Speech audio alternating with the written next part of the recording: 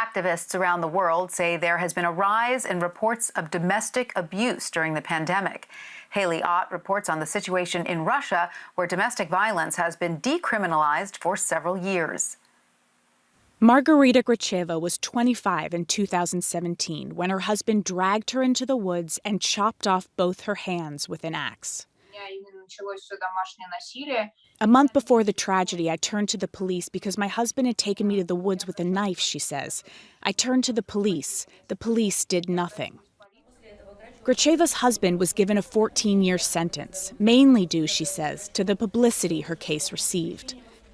Domestic violence was partially decriminalized in Russia in 2017, meaning that if a husband hits a wife for the first time and she doesn't need to be hospitalized, it's an administrative offense, not a criminal one, and carries a fine of only $300. Marina Pisklakova-Parker runs Russia's national domestic abuse hotline. It's mandatory to have a full legislation on domestic violence. We need early intervention and prevention of much more severe crimes, and that's what we are lacking. Many politicians, including Vitaly Milonov, are against this type of law in Russia. I insist that violence is a shame for the country, for the society, and first of all, from the first hand, it's a shame for a husband to have any violence in the family.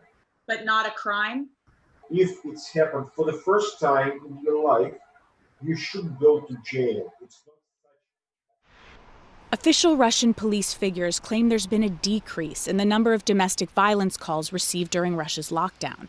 But Parker says her organization has seen a 30% spike. If they contact the police and they do nothing, then we all know that abuse will get even more severe.